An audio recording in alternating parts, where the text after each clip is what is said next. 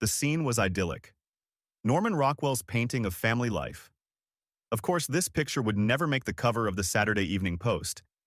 My mother-in-law stood on the left side of the hospital bed, my mother on the right, both looking lovingly at the two occupants of the bed, my wife and her one-day-old baby.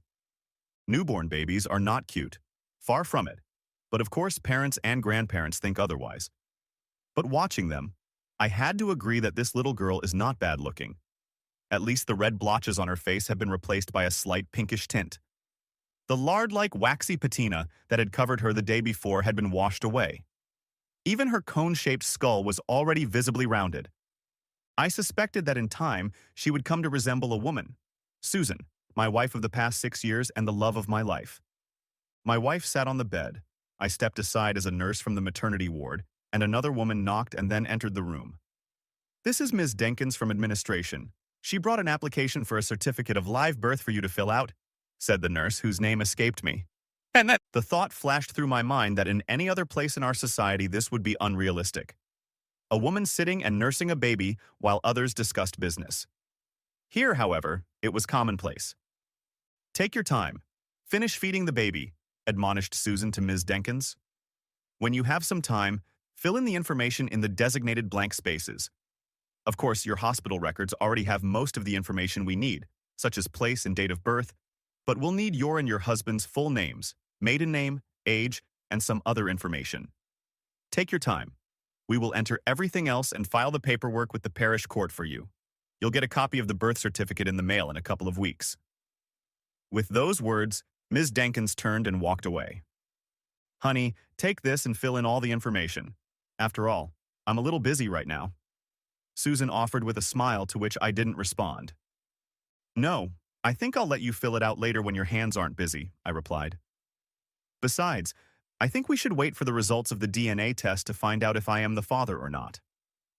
If this were a scene from a movie, you would have heard the squeal of a needle scratching across a record. All movement stopped. For those who were born in the digital age and don't know what a record is, it's a disc of vinyl on which sound is stamped mechanically with a stylus into grooves. With a needle running through those grooves and the magic of electricity, the sound has been recreated. But I digress. To say my audience was shocked would be an understatement. 3 of the 4 women stared at me, frozen with open mouths. The first to react was my mother-in-law. "Are you out of your mind? Why would you even think that?" Then she looked at Susan, who had a look of amazement on her face that turned to a guess, and then to an angry look. "And it's, how dare you accuse me of having a child with another man? What kind of woman do you think I am?" She then stopped and tried to smile, but didn't quite succeed. "Oh, I get it. It's April Fool's Day. You're playing a joke on us." "Well, jokes like that aren't funny. You should know better." Her body posture confirmed her words. Her shock was obvious. I stood and looked at her. "Oh, I'm not joking in the least," I stated coldly. "I'm sure there is a strong possibility that I am not the father. How could you think I would ever cheat on you? Have I ever given you the slightest reason to suspect me? Name one time. For once, have I ever given you any reason to think I was seeing someone else?" Instead of answering her question, I said, "So you've decided to act by default. Deny, deny, deny. And you even do it with a straight face. I'm impressed." I turned to my mother-in-law. "Perhaps I should move the car seat from my car to yours so you can take her and the baby home this afternoon. I hope you can stay with Susan for a while. I know both you and Mom have offered several times, but we said we could handle it. She could use some help since I won't be there." I turned to leave the room, stopping only because I automatically reacted to the sharp command coming from behind me. "Stay where you are, Jason Louis Fontenot," came my mother's voice and made me freeze in place. "You should not just walk away after making a statement like that." I turned and stood in place like the dutiful son I was raised to be while I formulated my response. Both my mother and mother-in-law looked back and forth at me and then at Susan, who was now beginning to cry hysterically, "No, you can't leave me and little Connie. She's our baby. You're her daddy." Before answering my own mother, I replied to my wife, "I know I'm supposed to be a daddy, but am I being a daddy? There is a difference between the two." Mom got my attention by poking me in the chest. She shortened the distance between us, grabbed me by my shirt, and pulled me to her to look me straight in the eyes like she used to do when I was a kid. What the hell is going on with you, Jason? Why are you acting like a brainless idiot out of the blue? You can't doubt that you're going to be a father. That time is over. You've been over the moon since Sue first announced her pregnancy. Damn it. You've been running around and reading all the baby care books. You bought and put together the crib, changing table, and everything else in that nursery. Not to mention you painted the walls pink and yellow with little animals everywhere. Every damn week you bring home a new toy for the baby. Hell, some of them she won't be able to use until she starts walking. Mom finally took a breath, looking intently into my eyes. So why is it different now? I had a little revelation, I said. I'm not so in tune with the program. I'm sure you've noticed. Yes? Tony, my mother-in-law, jumped up from her seat. We all noticed that you never once held Connie in your arms or even looked at her closely. We thought it was funny, and we thought the reality of parenthood was just now getting to you. What the hell is going on? If this baby is mine, I'm going to step up and take care of it. I'm going to do everything I can to be the best damn father I can be. I said it with such force that both Mom and Tony stepped back. I really wanted to be a dad. But that ended last week when I found out I might not be a goddamn dad. I'm not going to get involved with a kid I'm not going to help raise. What? Came three voices at once. Not quite at the same time, but close enough. I'll support the child if she's mine, but if she's not, then Clive Adams can help his own child, announced I loudly. Hearing that name, Susan suddenly shrieked. Clive and I have never done anything. We've never had sex. How can you say that? Mom and Tony glanced between Susan and me as I retreated to the foot of her bed. Really? You're still going to deny that you and him had nothing, no affair for almost 6 months? And that you only broke up with him 7 months ago after you found out you were pregnant and told him? From what I understand, he told you to never let me know that he might have been the one who did it. No, we didn't do it. And anyone who says that is a damn liar, shouted Susan. Say it. Who the hell is Clive Adams and who told you they were having an affair? Demanded Tony. I want to know who is spreading stories about my daughter. I ignored the first question. My answer to the second question was simple. Clive Adams himself, I said quietly. Before she could think, and probably because she was a little sleep-deprived and clearly upset, Susan shouted, Clive would never tell you that. He promised. Tony shifted her gaze from me to her daughter and back again. She caught what Susan had said. I need to know what you know. I ignored her for a few seconds, then turned to my wife. Clive confessed everything and told me about you. He told me everything between his screams, I said. Bullshit. Clive was fine yesterday when he called to check on me and the baby. Susan screamed back. She was stressed, having just gone through childbirth and might not have realized what she was saying. But her words sounded sincere. All three of us heard her. Tony flinched for a moment. I looked at my own mother, who stood wide-eyed, taking it all in. So you're still in touch with your ex-boyfriend, I offered. Has he given you any more advice or encouragement on how to keep me in the dark about the fact that he might be a father? Susan began to sob. Her cry was so intense that 2 nurses ran into the room. We were so careful. You couldn't have known. No one knew. She was in a bit of shock, I explained to the first nurse. To her credit, she looked at me, defending her patient. Apparently, my tone of voice was a little off for her. We were discussing possible fathers she could name on the birth certificate application. The nurse was still looking at me. Well, apparently she expects me to put my name in. I want to wait to see if I'm the father or if it's that asshole she had an affair with when she got knocked up. I realized, by the way, the look on the nurse's face changed, that it had hit her. She shifted her attention to reassuring Susan. Ms. Fontenot, let's calm down. Take big breaths like you would during labor. Cheryl will get you something to calm you down if this doesn't help. We don't want to give you anything that might get into your milk, do we? So let's try the natural method first. Breathe with me. Take a big breath. I watched the nurse calm Susan down and didn't notice my mom and mother-in-law come closer. You better explain what the hell is going on, hissed Mom in a low voice. I was shocked. Mom didn't usually use that word, and today she had used it twice already. Something's happened. It's obvious by Sue's reaction, my mother-in-law stated. I want to know what, when, and how. This is totally unexpected. Well, it should be obvious, said I, glaring at both women. I was starting to get angry that the object of their anger was me and not Susan. She was having fun with the guy she works with when she got pregnant. Well, with one guy other than me, at least with one that I know of for sure. I have no idea if there were others. Susan pulled herself together surprisingly quickly for a woman who moments before had seemed to be on the verge of a breakdown. How?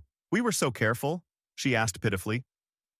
Mom and Tony looked at me. They wanted to know. Yes, you were very careful. I had no idea. And neither did anyone else, I admitted.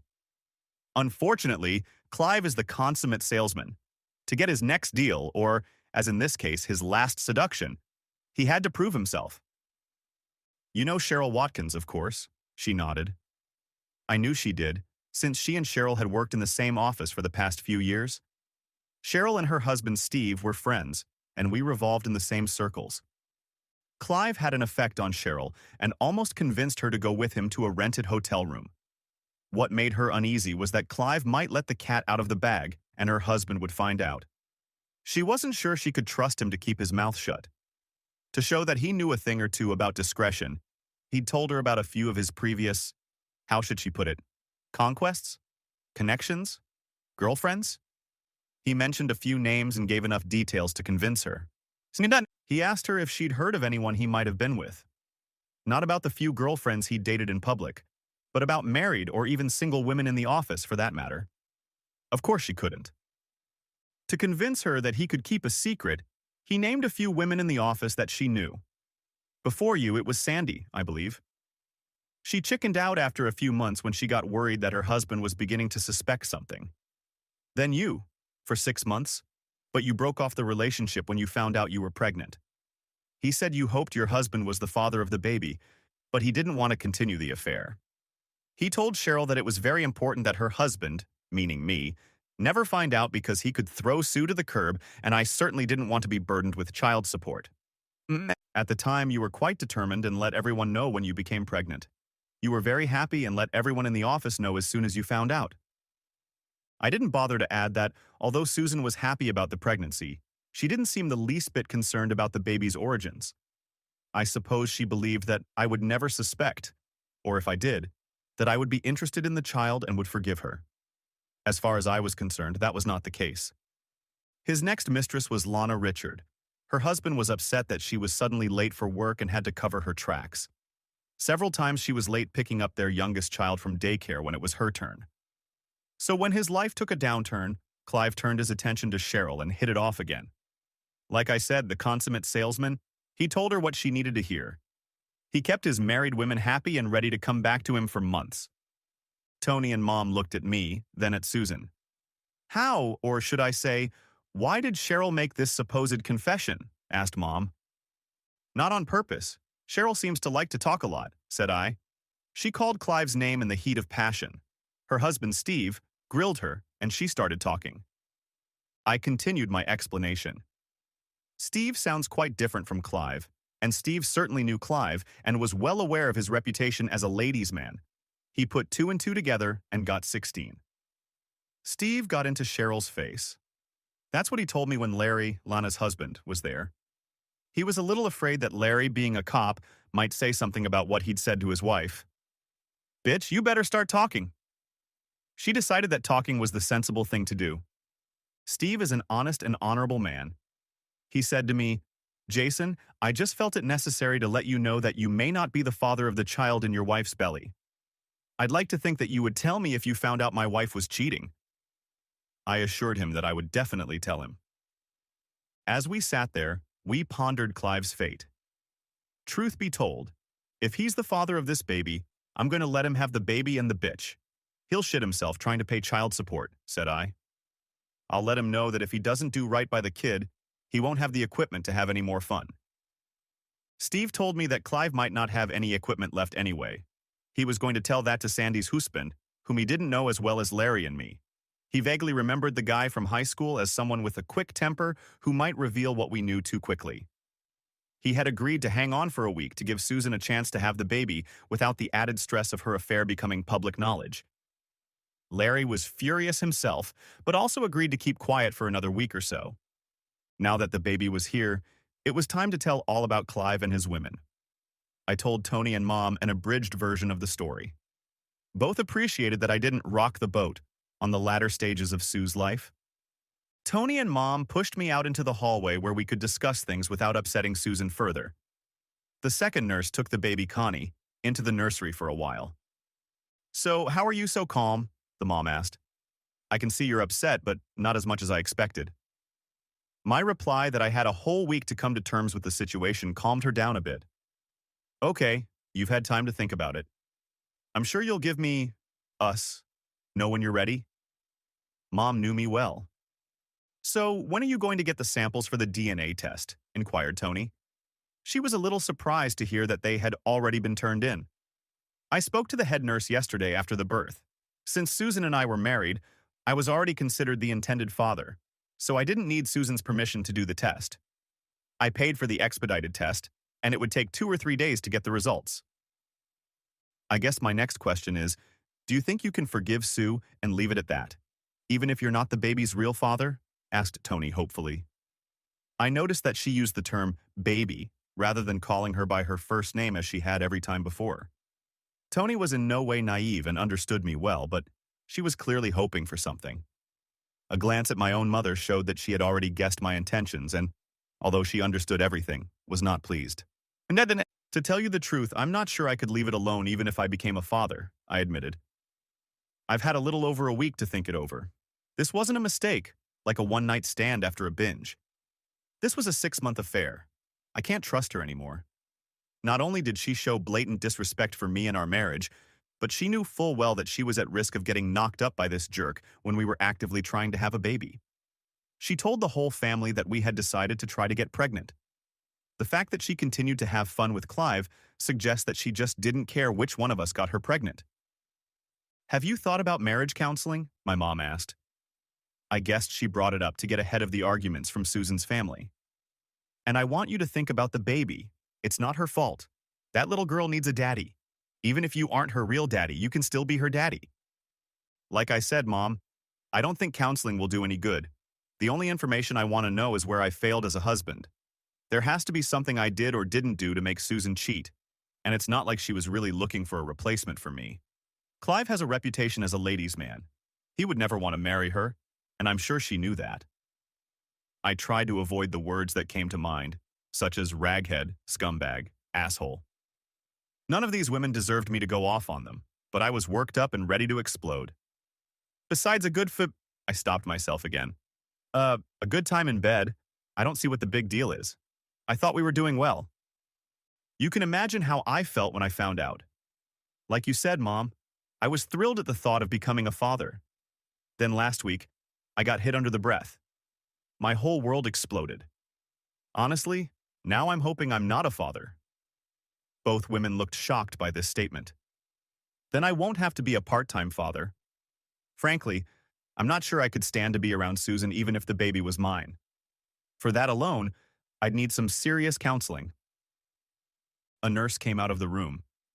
"Mr. Fontenot, your wife would like to speak with you. She said she knows you're still here, otherwise her mother would have returned by now." The nurse was sympathetic to my feelings, or at least it seemed that way. Nevertheless, she stopped me to say, "If you go back in there, I hope you can remain relatively calm. I know you're upset, but try not to worry her too much. We'd prefer to do without sedatives. She should be discharged this afternoon. Besides, you don't want to give unnecessary medications that could get to the baby through the milk. And I know from your childbirth classes that you know how important colostrum and early breast milk is in strengthening the baby's immune system." I nodded. Now she was appealing to my concern for the baby's well-being, whether it was mine or not. "Go talk to her," Mom suggested softly. "Tony and I are going to go get a cup of coffee. Give me the car keys. We'll move the car seat. I'll wait while you two finish talking. And on your way out, stop by the nursery and take a good look at Connie. I think she looks a lot like you when you were born." "Are you wishful thinking, Mother? Or are you seeing what you expected to see?" I asked. She shrugged. I could tell she wasn't at all happy with the way things looked. I also knew that if I were the father, she'd be there to help raise the baby, whether I had anything to do with Susan or not. She was as eager to be a grandmother as I was to be a father. I could see that she had not yet come to terms with the fact that the baby might not be her grandchild. I walked into the room. Susan looked at me and burst into tears again. "You must hate me," she sobbed. "No, I don't hate you. That's the problem. I hate what you did, and I'm so angry I can't keep my eyes open." I said it in as quiet a voice as I could. I wanted to slap her and walk away. If it wasn't for the slim chance that the baby was mine, I would have left already. Besides, I wanted some questions answered. "Do you really want to talk now, or do you need a few extra days to think about how you want to present this story?" I said with obvious reproach in my voice. "I don't need a few days, began Susan when I interrupted her even though I wanted answers. Yeah, you've had 9 months to think about what you'd say if I ever found out about you cheating with that bastard Clive Adams." "Clive goddamn Adams," I growled. I stopped to take a few deep breaths. No, I really didn't think about the fact that he could be dad. It was you. I was having our baby, not his," said Susan. "Your baby? I could be the father, but it's doubtful." I had to hand it to her. She looked shocked. "Come on.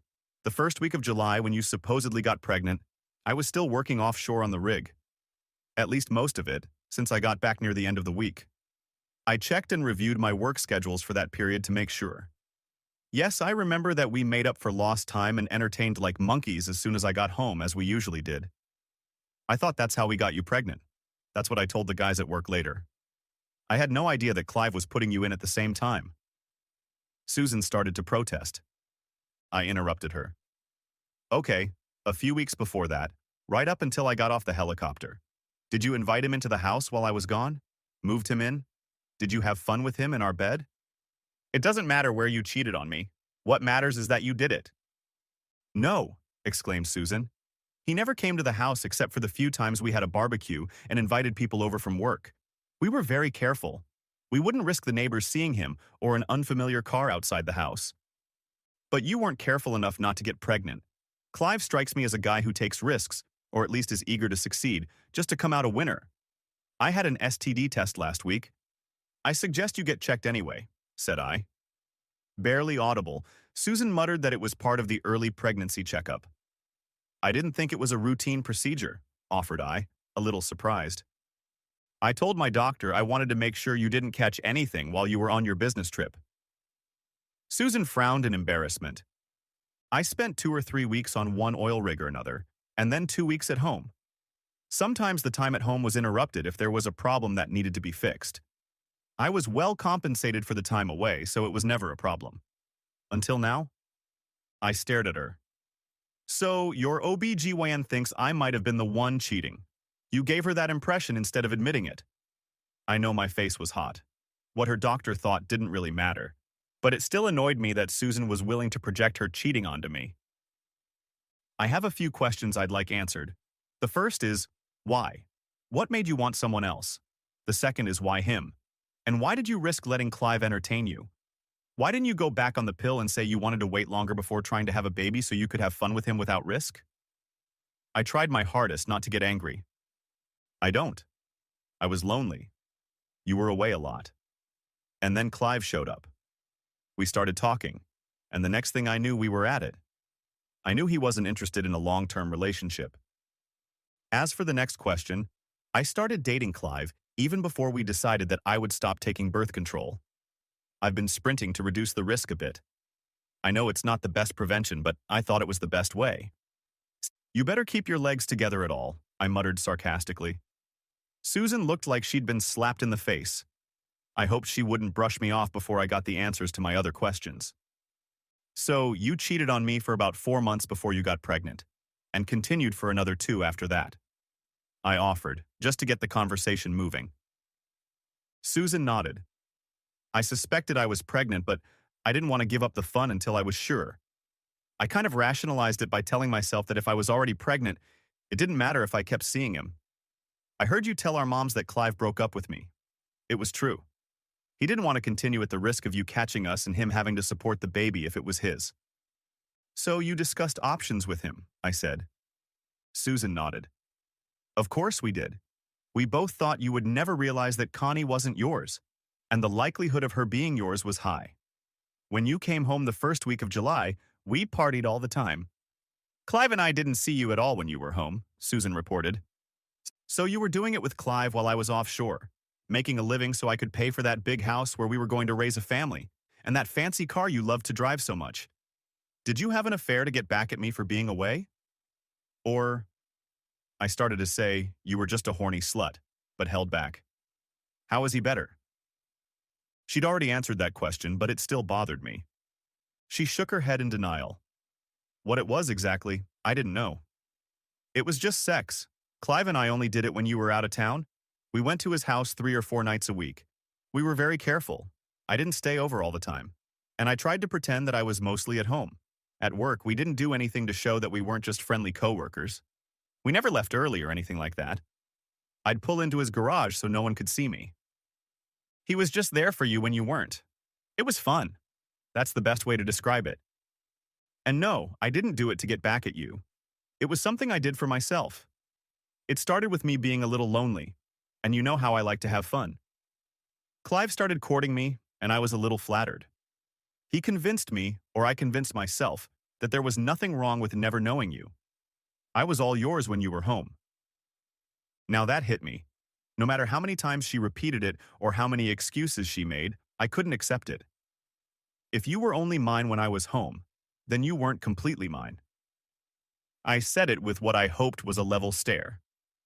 You were married to me, but you were someone else's whore. I couldn't suppress the words within me. You were very careful not to get caught, but then you got pregnant.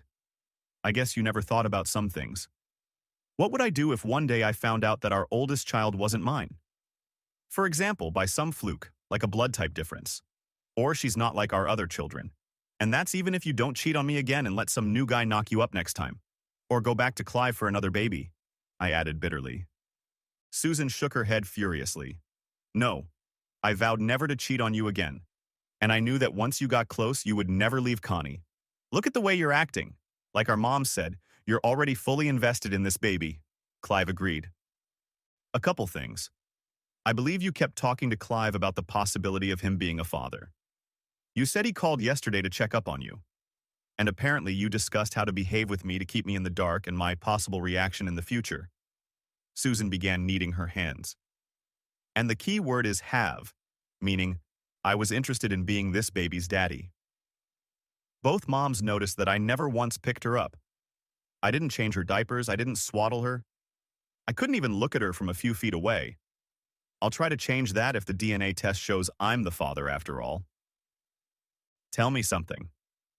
You've never really cared whether it was me or Clive who was the father, have you? I asked. I wasn't surprised when she answered. Well, of course I wanted you to be the father, but after I found out I was expecting a baby, I just wanted him. I knew he'd be cute and you'd never suspect. You and Clive aren't that different. Same hair color and build. You'll be her dad and it won't matter. I was hoping you'd be around both of us more often. You know very well that I've already started cutting back on my time offshore. I gave up some of that wonderful bonus money and started spending more time in the office coordinating activities from there. I gladly took the pay cut. You were glad I was home more, or so it seemed to me. If my absence was such a problem, you should have said so a long time ago. All you had to do was ask. I've been doing everything for you. Well, that's sure to change if I don't become a father. Back to the rigs. I'll work there until I find a woman who wants to be with me and only me. Not a slut who can't keep her wedding vows and put her legs together when I'm not around, said I hotly. Susan started crying again.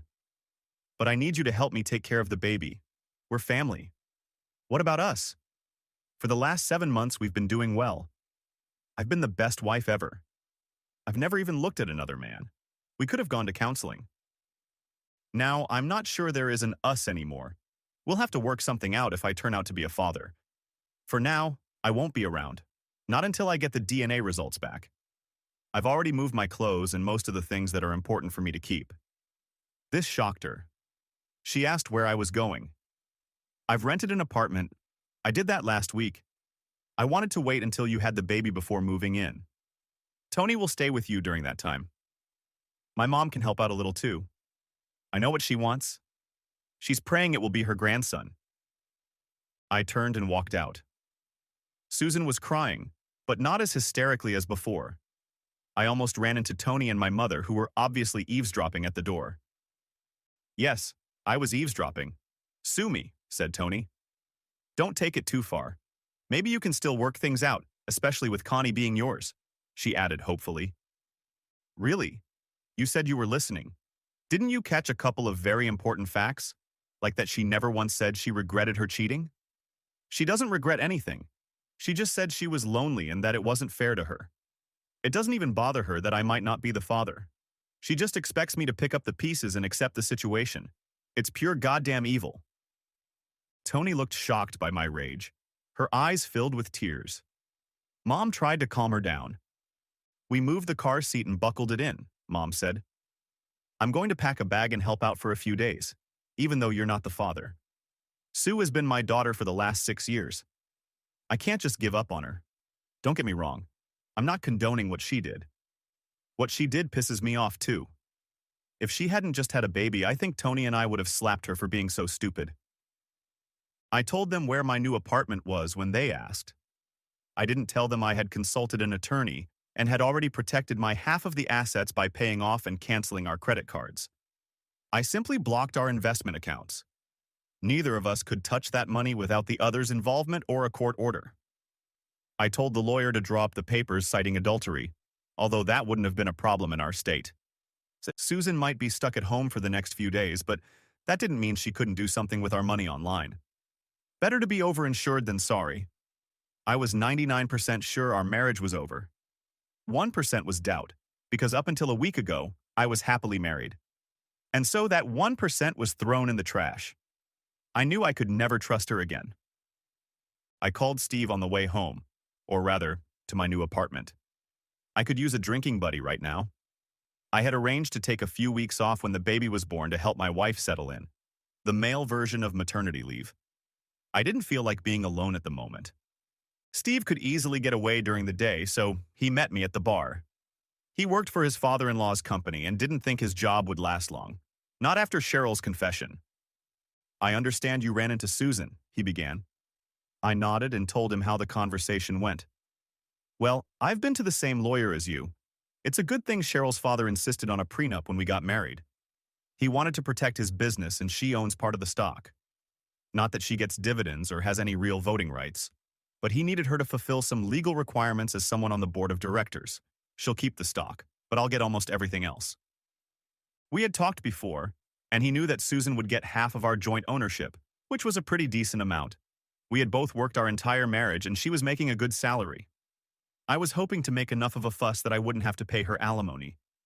I figured Tony might be able to help with that. And child support was only an issue if the child was mine. But I still had my doubts. I'll get bit, I grumbled.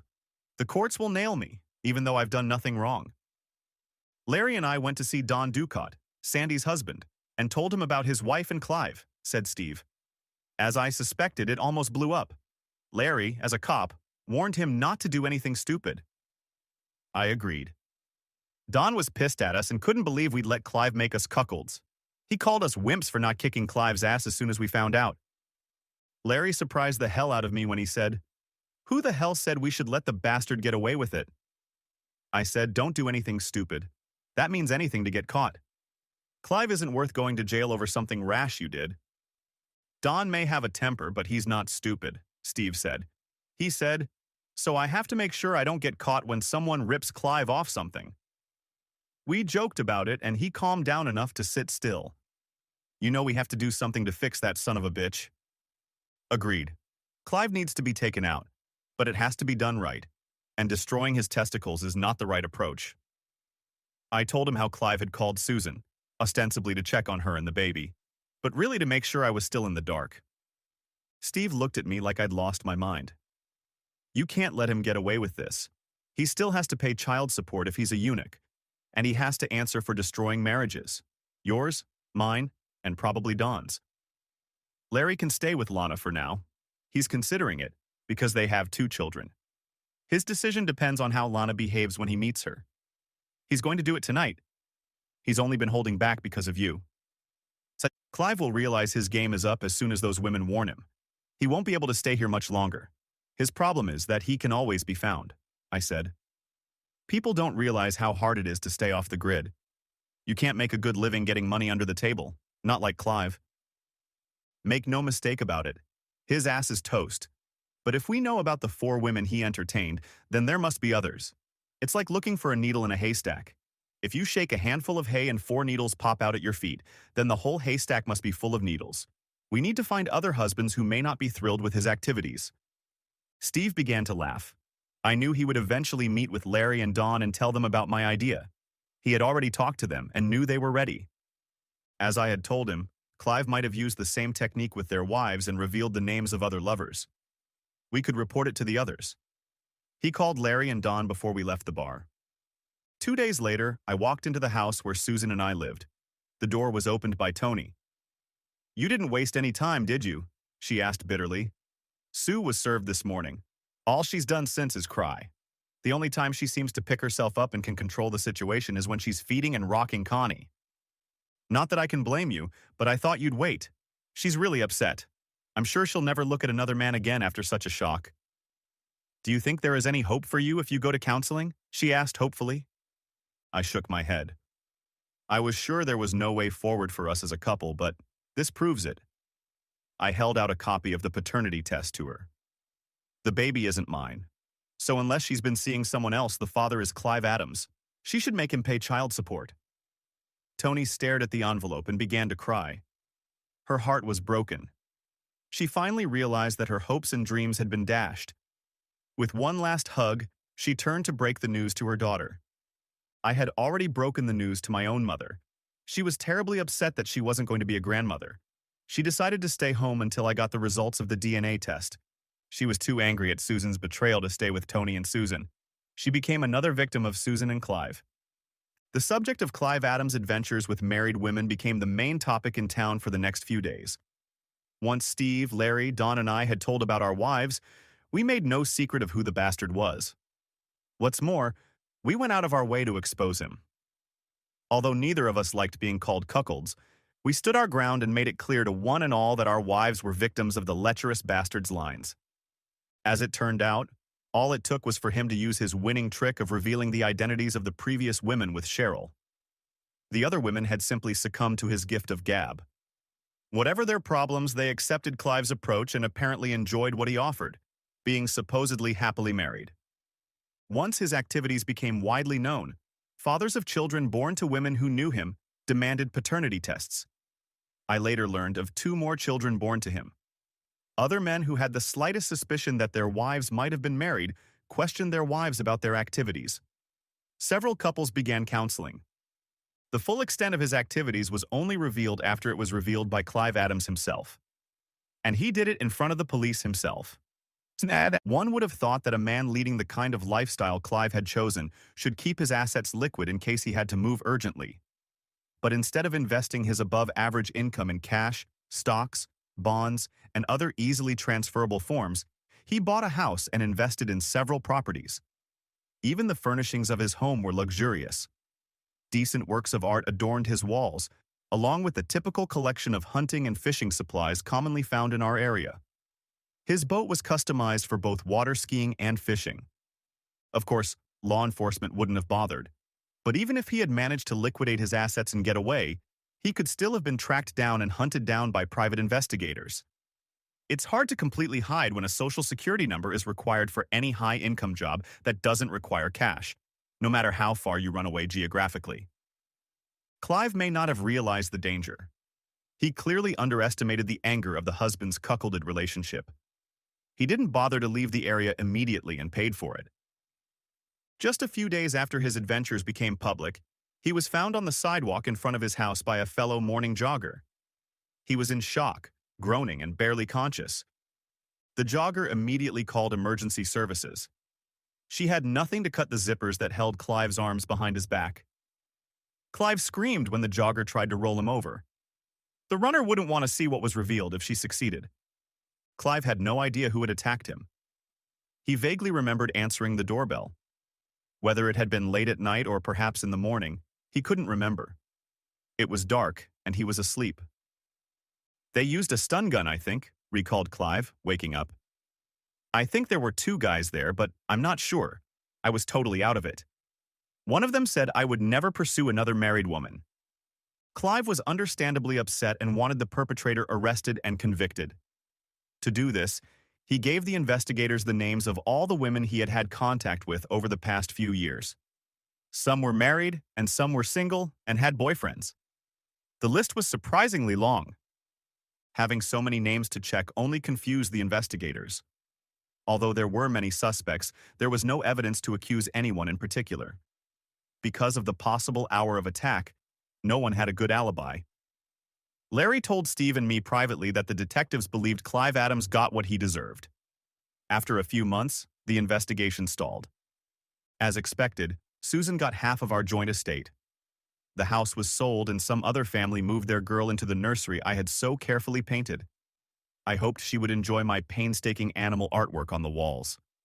Susan moved back to her mother's house because she couldn't take care of the baby on her own. At least living with Tony, she wouldn't be lonely. But I had no idea what she did for fun, and I wasn't interested. One day, she called me to apologize. I assumed Tony had jumped her with it. She didn't elaborate on what exactly she was sorry for, either for cheating, or for getting pregnant by another man, or for me finding out and divorcing her. I didn't ask. I didn't really care about that at that point. When she asked if we could meet to talk, I simply said no. She asked if I had heard about what had happened to Clive, and then asked if I had anything to do with it. I simply told her that he deserved it, and hung up. From that point on, we never spoke again, and all matters were handled by the lawyers. And I wondered how much money she would waste trying to sue Clive for child support. He wouldn't pay voluntarily. She would eventually get alimony, of course, but having to pay a lawyer to collect it would cause her to lose all her savings. Clive has been the subject of several such lawsuits, and I've heard that there are liens against him to prevent him from liquidating his real estate assets. When you consider his own medical bills, attorney fees, and upcoming child support, he will have nothing to live on, and that's assuming he manages to keep his job. 18 months later. It was 3 a.m. when I leaned against the bottom rail of the Econ 626 drilling rig in the Gulf of Mexico. The fall wind was sharp and chilly, but my light windbreaker was enough to keep me comfortable. It was one of my last regular trips to the rig. I met a woman and decided she was worth pursuing. We got along great. I had no idea if our relationship would take off, but now I was determined to consider the possibility. It was time to accept the position I'd been offered twice and turned down at headquarters. I unbuttoned my light jacket and touched the lump hanging from my belt. I had no idea why I'd held it in my hands for so long. I'd tried several times to throw it away, but I never could. The risk involved in keeping it was too great and completely irrational, but somehow holding it made me feel better. Like I had my powers back. Before I had time to think about it, I pulled the heavy hammer from its hiding place and threw it into the sea. The end. Thanks for watching, I hope you enjoyed it, so subscribe to my channel and watch the next video.